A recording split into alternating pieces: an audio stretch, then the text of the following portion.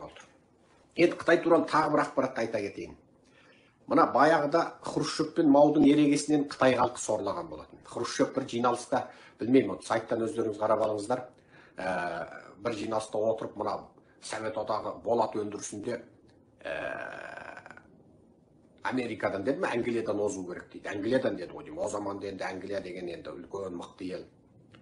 Содан Мау Хрущевпен ұстасып қалған. Маудың назарында Хрущев коммунистік лагердің көсемі болуға лайық емес, соғыс көрмеген, мен лайықпын деп Маудың меншілдік ұстап тұрған кез. Хрущев Талияңда, Шанхайда әскер тұрғызған. Мау әскеріңді шығар, Қытай жерінде орыс әскері тұрмау керек дейді. Сөйтіп соғысып жатқан. Содан Мау енді ойбай мынау Англиядан асам деп үндеу тастады, мен де тыныш тұрмайын деп 15 жылда Англияны басып, жаңағы 20 жылда Америкадан озамыз дей ма, бірдеңе сондай бір әйтеу Англиядан асып Америкаға жетісеміз дей ма, сондай бір ұран тастап, ол заманда бұл сұмырай Қытайдың назарында сол болат темір, кәдімгі металл өндіріс, болат темір өндірісінде асу керек. Бұлардың ұғымынша болғанда болат темір көп болса, көк темірі көп болса, қару жарақ, яғни қорғаныс, ауыр өнеркәсіп дамыса болды, мықты болады. Ол ана халықты оқыту, сапа, халықтың ілім білімін дамыту, бизнесті өркендету жоқ бұлардың санасында. Содан Қытайда жаппай бүкіл ел мұғалімдігін тастап, докторханасын тастап, егінші атызын тастап, малын тастап, бүкіл ел жаңа кәдімгі ағаш отынды кесіп, бүкіл Қытайда орман қалмай, болат темір қорытамыз деп, ана домына пешті қолдан соғамыз деп, ол болат темірді қорыту жоғары технологиясында жоқ. Бүкіл Қытай ең соңында қожырпақ, өңкей жаңа қорытынды темір топырақты алады, ана тасты апарып өртеп көреді, одан түк шықпайды, мына тасты апарады. Ол болат темір шықпаған жерден мыс шығатын шығар, одан алюмин шығатын шығар, одан басқа бір металдың рудалар жоқ. Бүкіл Қытай даласы осы болат темір шыға ма, шықпай ма, қақысы жоқ, өңкей руданы өртеп, ең соңында әрбір ауылдан жоғарыға бәленбай тонна темір тапсыру керек дегенде тапсыратын темірлер таппай, қазандарын, ошақтарын әйтеу үйінде бар темір терсегі қорытып, мына біз міне топырақтан, таудан, тастан қорытып тапқан болатымыз деп әгін тапсырып, өздерінде қазан ошақта қалмай, сөйтіп бұл Қытай бір масқара болған Маудың кезінде. Содан бүкіл Қытай жерінде жаңағы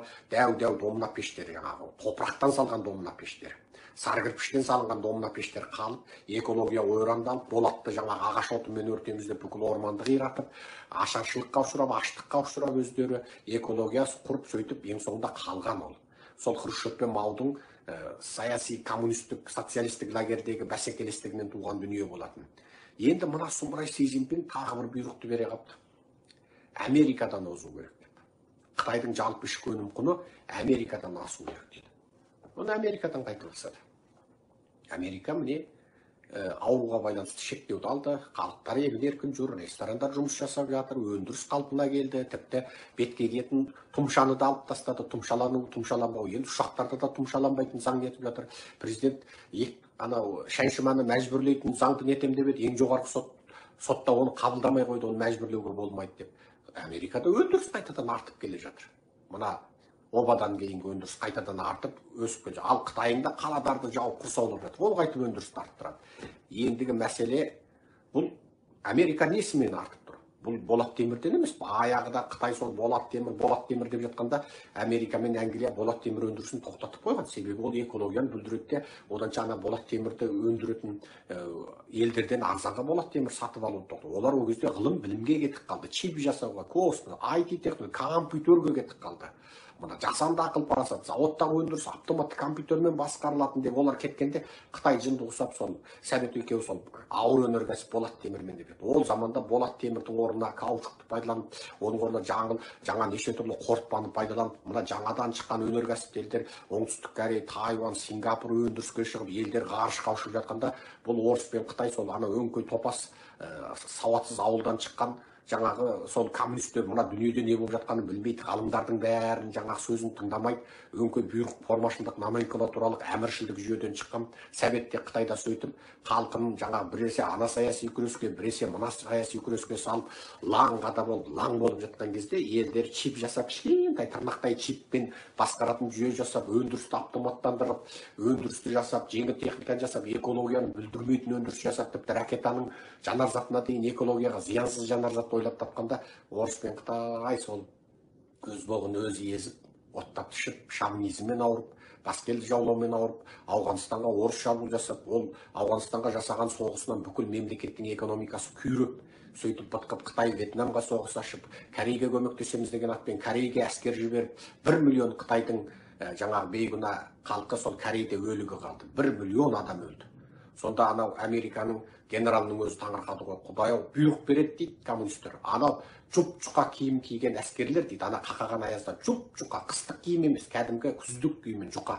Солар ана соғыста алдыға қарай ұмтылады дейді. Біз кәдімгі шөпті орғандай орып тастап отырдық дейді. Ал ана бұйрық тоқтамайды дейді. Ана мына шауып келген дивизияны түк қалдырмай қырып тастасақ, өздері келіп біздің оғымыздың алдына келіп өздерін оққа тұтты дейді. Сонда ана қырылып жатқанына қарамай, ана жоғарыдан бұйрық түседі, аналар келеді, жаңағы кәдімгідей чуңа дейді, чуңа деген ура деген сөз, алға деген сөз, алға дейді. Аналар отырып алады екен, көпті бүйтіп, әше бүйтіп қыра салады екен, ана шыбынға, ана шыбын шашқыш бар ғой, шыбын. Естеріңізде бар ма? Мал соятын кезде шыбынға шашасымыз ғой.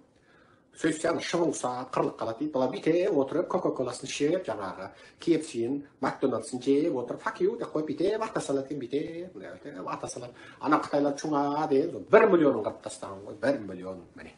Соны ана Американың генералының өзі мыналардың дүлейлігі дейді. Ана адамды аямайды дейді.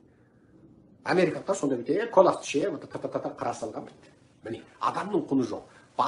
Басшы, жаңа диктатор басшы бол. Тіпті сол Корей соғысында ең сұмдығы Қытайдың әскерлері сонда тоғып, тамақ жетіспейді, артқы қамдау деген жоқ. Тіпті ана оңтүстікте, ана Кантонда, Сычуанда қыс болмайды. Сол кезде жерде мына Кантонда сен мына бір костюм шалып, мына бір костюммен, мынандай жұп-жұқа жейде костюммен сен қыстан өтіп кетесің Кантонда. Анау Сычуанда да солай. Мен бұл екі өлкеде де ұзаққа уақыт жаңағы жас күнімде болғанмын. Кәдімгі бір костюм жетеді. Бір жеге сол, осы бір жұқа костюммен өтіп кетесің қыстан. Кантон деген, Гонконг деген қыс болмайтын жер.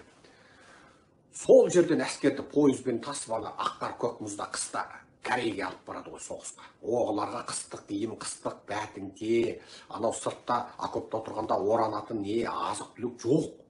Сол тіке сол жұп-жұқа киіммен соғысқа сап жіберген ғой. Сонда әскерлер бүрісіп, жаңа содан арақты береді, арақ жеткілікті, ол артынан азық-түлікпен қамдау дәрді жоқ. Сонда тек қана бұйрық, әміршілдік. Ол туралы Қытайдың ішкі жағында үлкен жазбалар жазылған. Кейін қалай мына. Сонда мына солтүстікке жеткенде Корейдің шекарасына жетпей тұрып, солтүстікте бұлар дірілдеп бастаған ғой. Сонда біз мына киіммен қалай соғысқа барамыз? Бұйрық. Сол дірілдетіп отырып, ана әскери кеме оның төбесі пережентпен жабыла салған, соған киді, оның ішінде отырып, дірілдеп отырып, біз қалай мына дірілдеп соғысқа барамыз? Бұйрық барды, қырындыда қалды, 1 миллион Қытайды сөйтіп, қазіргі екіге бөлінген Корей мемлекетін соның обалы Сталинменен Мауда қалды. Сонда обал болып өлген Қытай.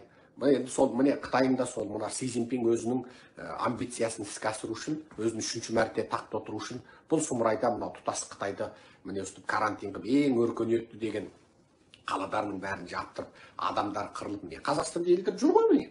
Адамдар мына шайшыны салғызғаны салғызды, салғызбағаны салмады. Міне жүр адамдар міне. Мына Еуропа, Американы ашып тастады. Бізде міне тұмшаны тақпай, бізде шапқылап жүрміз мысалы.